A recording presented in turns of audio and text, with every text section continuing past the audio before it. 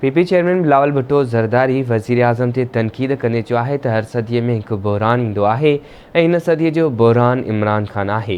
क़ौमी असम्बली इजलास में ख़्यालनि जो इज़हार कंदे बिलावल भुट्टो ज़रदारी चयो त हुकूमत अपोज़िशन जे मौक़िफ़ खे IMF सां ॻाल्हियुनि में इस्तेमालु करे पई, पर तव्हां ज़िद ऐं अना में अहिड़ा फ़ैसिला कया जेका मुल्की मईशत ऐं ख़ुदमुख़्तियारी जो सौदो हुआ।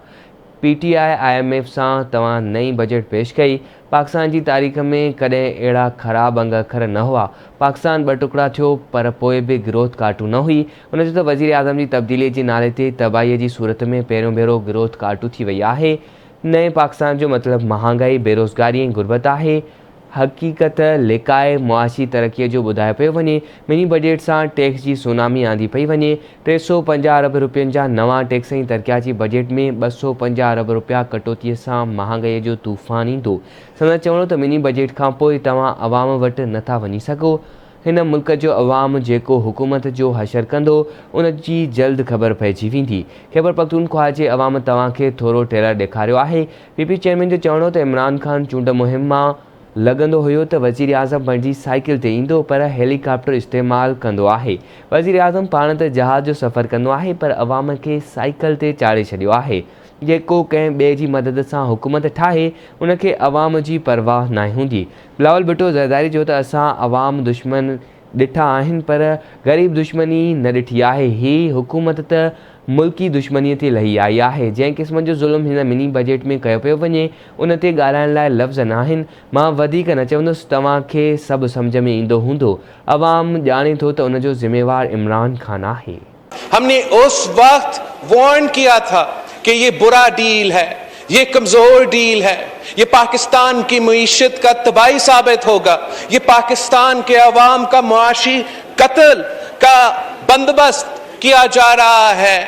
इस PTIMF डील का जो बोझ है वो आम आदमी उठाएगा।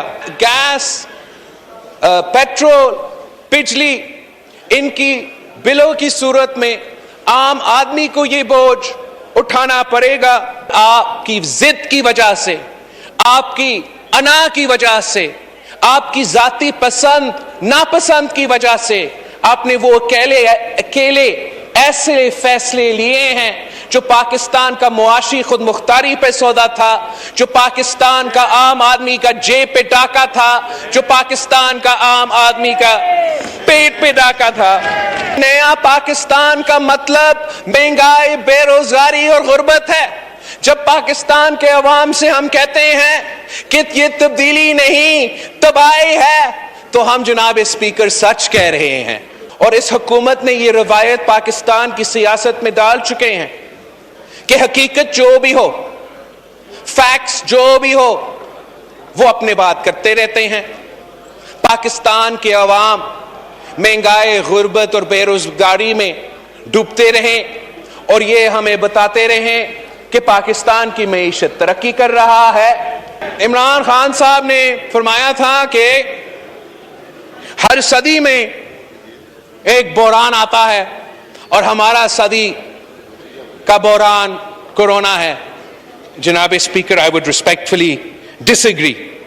हर सदी में बहरान आता है, हमारा सदी का बहरान का नाम इमरान खान है।